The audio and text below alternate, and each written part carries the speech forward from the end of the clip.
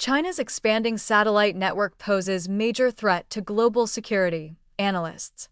Beijing's expanding surveillance satellite network is designed to serve military conflicts, posing a significant challenge to the Indo-Pacific and the world, experts warn. These suspected intelligence satellites transit Japanese airspace roughly 6 times an hour, the Yomiuri Shimbun reported on March 15th. The Japanese daily's analysis of publicly available U.S. Space Force tracking data revealed that 10 spacecraft within the Yaogan Chinese reconnaissance satellite constellation take approximately 2 hours to fly over bases in Japan operated by the self-defense forces and the U.S. military. These satellites also pass over the South China Sea and Guam. It said that, as of December 2025, roughly 80 of the 160 Yaogan satellites are confirmed to remain active based on orbital altitude adjustments over the past 3 years. China launched the first Yaogan series satellite, Yaogan 1, in 2006. The regime launched the latest model, Yaogan 5002, on March 15th, according to Chinese state media outlet CGTN. Space-based reconnaissance. Mark Chow, a U.S.-based military tech analyst, said that the Chinese Communist Party's massive fleet is alarming because it has expanded to achieve comprehensive surveillance coverage across high, medium, and low Earth orbits. China currently operates the world's second-largest fleet of reconnaissance satellites behind only the U.S., utilizing optical, infrared, and synthetic aperture radar technologies to achieve all-weather, ground observation capabilities, Chow, who is also the host of the Chinese-language military news YouTube channel Mark Space, told the Epoch Times. Chow said that Yaogan is critical to the People's Liberation Army's efforts to alter modern warfare through space-based reconnaissance and meet Chinese leader Xi Jinping's directive to win information warfare. The ultimate purpose of these reconnaissance satellites is naturally to serve military conflicts, Chow said. Possessing vast amounts of data on an enemy's deployments provides crucial advanced intelligence to locate high-value targets and assess strike effectiveness. Chow pointed out that these satellites can also strengthen the surveillance of rival forces during peacetime, even without an immediate need for combat. They can provide timely updates on an adversary's movements, including the relocation of personnel and equipment, as well as the deployment of new assets, achieving total situational awareness, he said.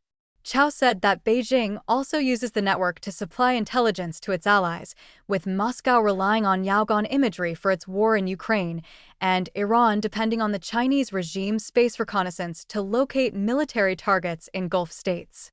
It is clear that the CCP has become the core provider of intelligence resources for the anti-Western bloc known as CRINC, Chow said. CRINC refers to China, Russia, Iran, and North Korea, which Representative Mike Turner described in 2024 as the most immediate threat to Washington. Eyes on Taiwan. According to the Yomiuri Shimbun report, the 80 active satellites primarily operate between 35 degrees north and south latitudes, including areas over Taiwan.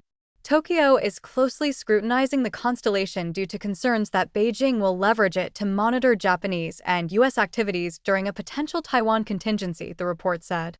Taiwan is a self-governed democracy that the CCP has never ruled but has vowed to annex by force.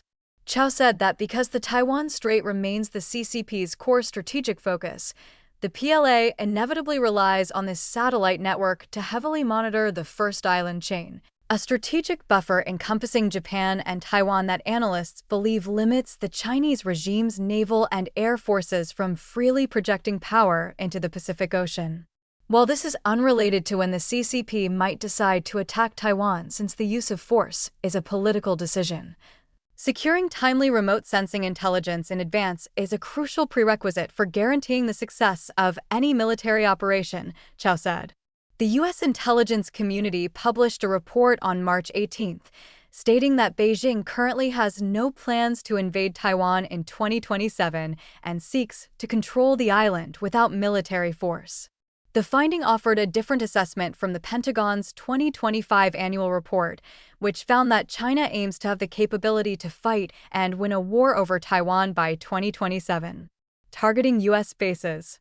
Beyond focusing on Taiwan, The Yaogan network allows Beijing to broaden its surveillance footprint across the Indo-Pacific region, according to Clayton Swope, Deputy Director of the Aerospace Security Project and a Senior Fellow in the Defense and Security Department at the Center for Strategic and International Studies.